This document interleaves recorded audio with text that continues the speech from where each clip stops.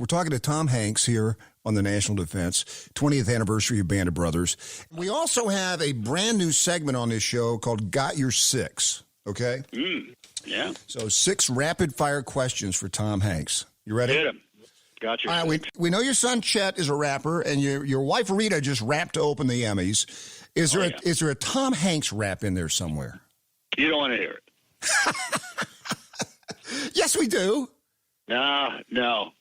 Is it dirty? I talk that fast. The best I can do is kind of like mumbling through a bunch of old Chuck Berry songs. I promise. All right, that's the closest I can get. You went to California State University. Do you know the name of their mascot?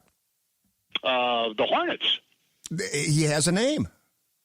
The California State University of Sacramento Hornets. Herky. Am I wrong? Herky, the Hornet. Oh, I didn't know that. Yeah. That was a long time ago. All right. When is the last time you rode a horse? Oh, I rode a horse just in the course of making this movie called News of the World. Horse named Wimpy. Yeah. Fine horse. Wimpy, as I would call him. You get the big Elvis movie coming out soon. Did you ever see him at concert? And what is your favorite Elvis song?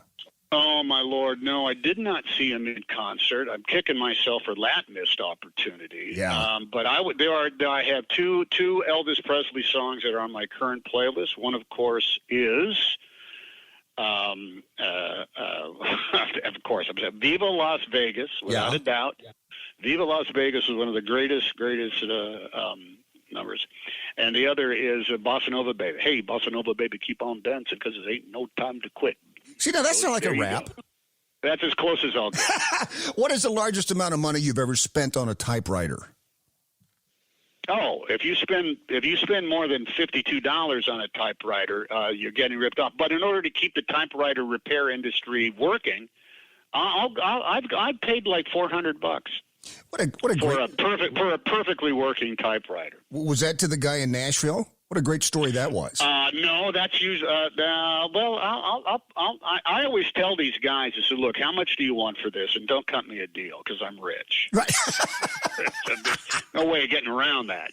They read the papers. Right. All right. So I said, you've done the work, you found it, it's in perfect working condition. You're giving me some extra ribbons in a case. What do you want for this? And honestly, I'm Tom Hanks. I'm Tom Hanks. Yeah, that's what I say. Yeah. At it. All right. I will tell you, there was one. Just a long time ago. I got a letter from a lady.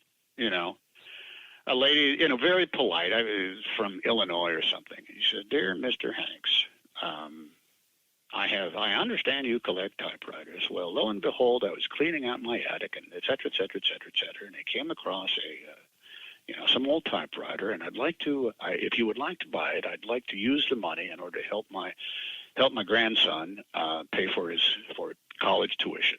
And I said, "Oh," and there was a number. So I had the office call her up, and I said, "Oh my!" And I said, "Look, I'll take it. I just want to. I'll put you on the phone here. Very nice. Thank you so much. Happy to help out."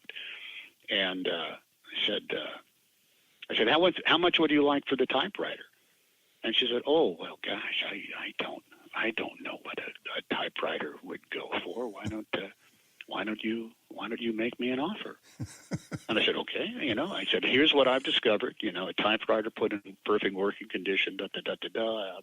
I paid $300 for a typewriter." And she said, "Oh, I was really hoping for $500."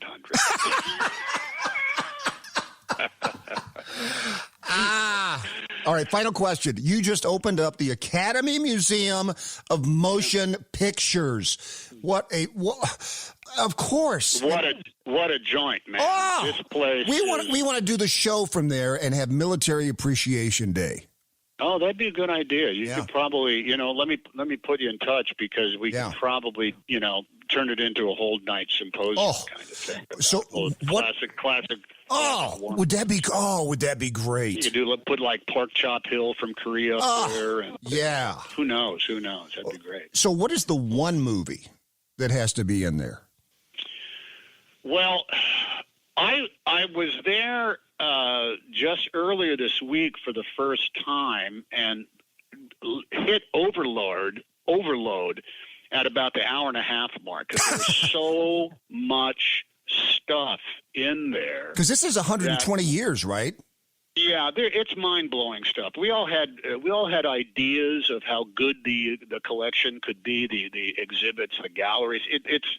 They're 10 times better than what you would expect. There really is. The wow factor inside there is, I mean, you do see R2D. You see the actual artifacts of stuff that will blow you out of your eyes, no matter what your taste is. Yeah. You know, literally a Marilyn Monroe's dress from Diamonds Are a Girl's Best Friend. You get magic lanterns that are in there from the 1700. It's extraordinary. Oh, wow. It's extraordinary. And it goes on and on and on, and it'll take you 3.5 days to read everything and see every clip and set your eyes on every one of the things. But if I was going to say, you know, what movie absolutely has to be represented inside there, and the obvious ones, okay, the obvious ones are Citizen Kane, right? And you got some Wizard stuff of from there, Oz. some Citizen Kane too, right? Oh yeah, there's stuff in there. Yeah, there's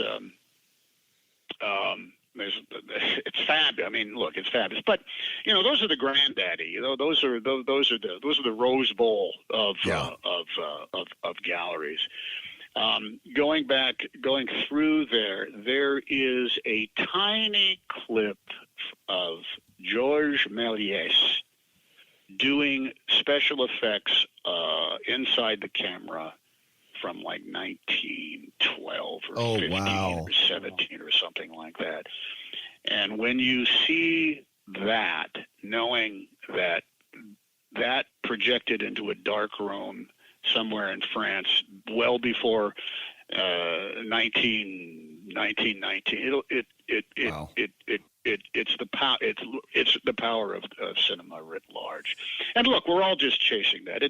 We are now at this place where however you choose to be entertained, as long as you have the right lumen count on your screen, right, and a decent sound system either in your room or in your head through earbuds, you can still be transported by what it is that you're seeing, by the creativity of the filmmakers and the power of the theme that they're examining. So I call the museum it's a huge magic lantern of a building. It's the world's What a cool idea. And I'm sure that Ernest Saves Christmas is featured prominently. Well, you know, if you want to go through the the whole thing, what would be wrong with a little man with one red shoe? How about some audition tapes from Bosom Buddies? We could do that. If That's you right. want to put those That's right. Get Peter Scolari to come in. There you go.